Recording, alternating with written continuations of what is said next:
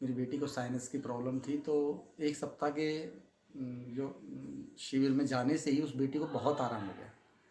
तो फिर मैंने उनसे प्रेरणा लेकर मन में ये विचार किया कि मुझे अब इस योग की क्रियाओं को, जिसके द्वारा मेरी बेटी को लाभ हुआ है, मैं उसको जनमानस में फैलाऊंगा।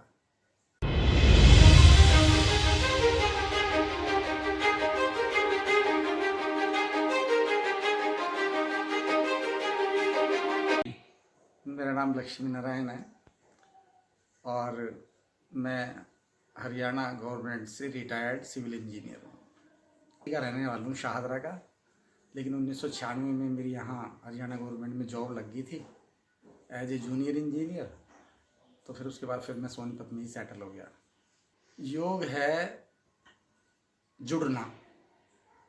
कैसे जुड़ना कि हम मानसिक स्तर पर, शारीरिक स्तर पर और आध्यात्मिक स्तर पर जब उस परमपिता परमात्मा से जुड़ते हैं तो योग उसका एक माध्यम है। तो यहाँ 2007 में श्रद्धेय स्वामी जी सेक्टर 12 सोनीपत में आए थे, उनका शिविर था। तो मैं वहाँ पर अपनी बेटी को लेकर गया था। मेरी बेटी को साइनस की प्रॉब्लम थी, तो एक सप्ताह के जो शिविर में जाने से ही उस बेटी को बहुत आराम हो गया। तो फिर मैंने उनसे प्रेरणा लेकर मन में ये विचार किया कि मुझे अब इस योग की क्रियाओं को, जिसके द्वारा मेरी बेटी को लाभ हुआ है, मैं उसको जनमानस में फैलाऊंगा। फिर मैंने श्रद्धेय स्वामी जी के यहाँ हरिद्वार योग की ट्रेनिंग ली, स्वामी जी के सामने ही बैठ कर ली। और फिर उसके बाद हमने यहाँ सोनीपत पतंजलि योग समिति में रहकर लोगों को शिविर के माध्यम से और योग कक्षाओं के माध्यम से उनको ज्ञान दिया इसका।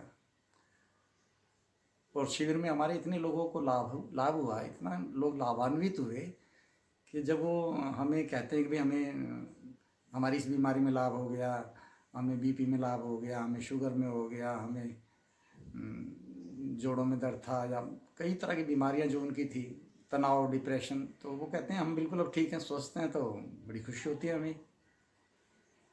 तो मुझे अब वर्तमान में अब तो मैं एक समिति के माध्यम से ये कार्य कर रहा हूँ, लक्ष्य स्वस्थ सोनीपत समिति, जिसका प्रधान हूँ मैं।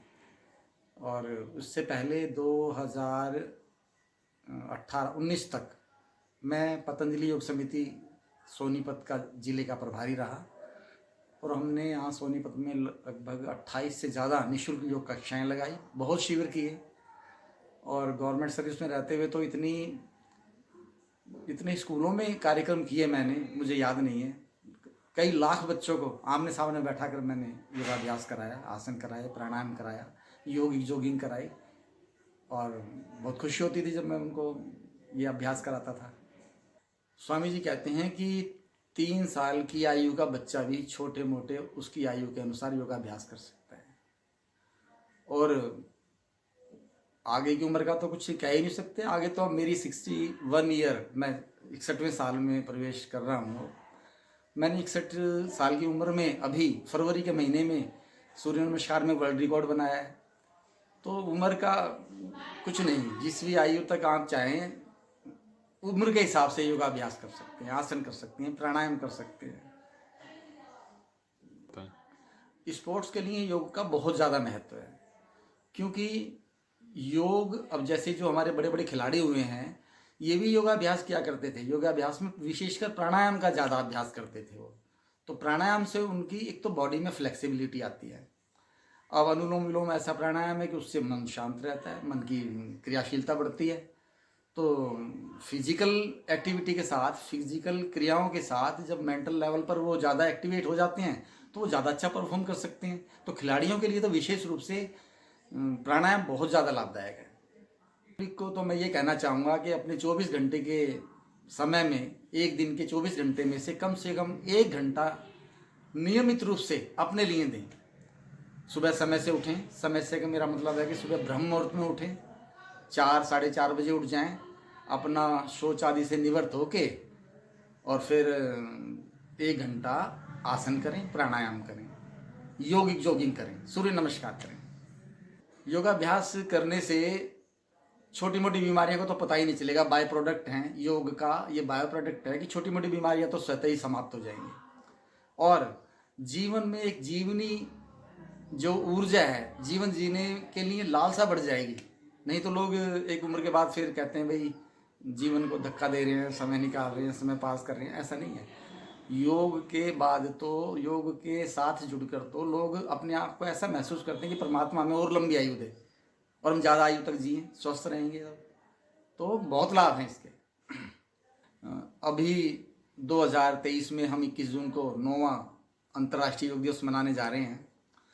तो मेरी सभी से ये प्रार्थना है कि जो योग का प्रोटोकॉल है वो इतना सामान्य प्रोटोकॉल है कि उसको छोटी आयु के बच्चों से लेकर बड़ी आयु के लोग जो हैं, जो अधेड़ हैं, युवा तो हैं ही, तो वो सभी इसका अभ्यास कर सकते हैं। उनको किसी प्रकार की कोई समस्या आएगी नहीं। तो हम अब 21 जून के कार्यक्रम में लोगों को ट्रेनिंग दे रहे हैं। तो जेल जो है सोनीपत की, वहाँ पे कैदियों को इसका अभ्यास करवाएंगे। प्रोटोकॉल का जो अभ्यासक्रम है वो सिखाएंगे। सीआरपीएफ कैंप में हमारा चल ही रहा है सोनीपत में ट्रेनिंग का कार्यक्रम, और विद्यालयों में, कॉलेजेस में हमने ट्रेनिंग पहले भी दी है, अब भी ट्रेनिंग देंगे। और जिला प्रशासन पर जितने भी सरकारी कार्यालय हैं, उन सारे सरकारी कार्यालयों के जो कर्मचारी हैं, उन सब भी को भी हम योग का प्रोटोकॉल सिखाएंगे। 3-3 दिन की ट्रेनिंग देंगे उनको। और मेरी सभी से प्रार्थना है कि वो सभी इस जो भव्य कार्यक्रम है 21 जून का, जिसको पूरा विश्व मना रहा है, तो उसके साथ जुड़कर करें। हमारे देश के प्रधानमंत्री जी और पूरा विश्व सारा योग दिवस मनाता है। आप सब मनाएं, बहुत खुशी होगी।